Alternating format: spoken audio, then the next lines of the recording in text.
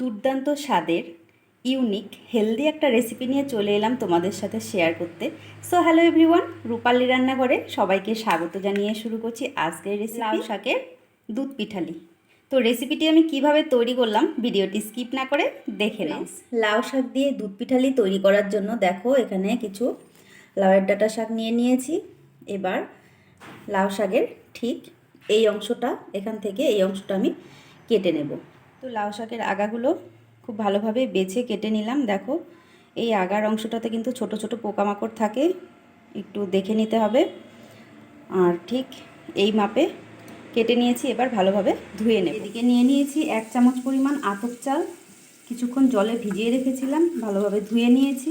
এবার শিলনোড়ায় নিয়ে ভালোভাবে পেস্ট করে নেব। চালগুলো বেটে এরকমভাবে পিঠালি বানিয়ে নিলাম আর জল দিয়ে গুলে নিয়েছি। দেখো এতটাই তরল হয়েছে।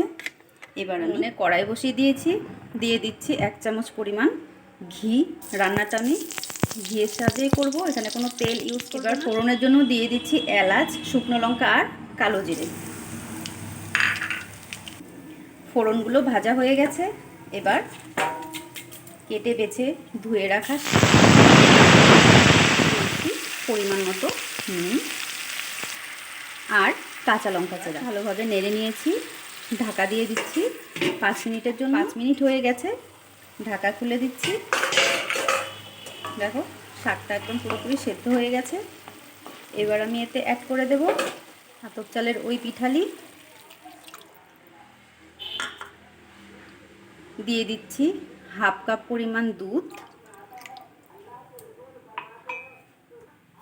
এবার একটু ভালোভাবে নেড়ে চেড়ে দিয়ে দিচ্ছি সামান্য পরিমাণ চিনি, এতে স্বাদের ব্যালেন্সটা ঠিক থাকবে। এবার ভালোভাবে নাড়তে থাকতে হবে, নাড়া বন্ধ করে দিলেই কিন্তু, যেহেতু এখানে আতপ চাল দেওয়া আছে, কড়াই লেগে যাওয়ার সম্ভাবনা থাকবে, তাই আমি বারবার নেড়ে নিচ্ছি। এবার এতে অ্যাড করে দিচ্ছি সামান্য পরিমাণ গুঁড়ো, গরম মশলার গুঁড়ো।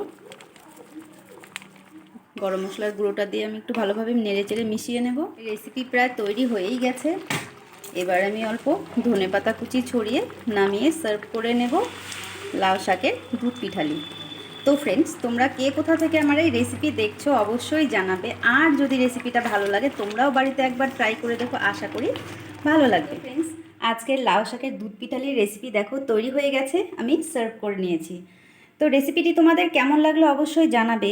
আর ভালো লাগলে লাইক কমেন্ট শেয়ার করে অন্যদেরকেও দেখার সুযোগ করে দেবে। আর এরকম নিত্য নতুন রান্নার রেসিপি দেখতে চাইলে যারা ইউটিউব থেকে দেখছো চ্যানেলটিকে সাবস্ক্রাইব করে দিও, আর যারা ফেসবুক থেকে দেখছো তারা চ্যানেলটিকে ফলো করে পাশে থেকো। আজকের মতো এই পর্যন্তই। নেক্সট কোনো দিন অন্য কোনো রেসিপি নিয়ে তোমাদের সামনে হাজির হব। সবাই সুস্থ থেকো, ভালো থেকো, নমস্কার।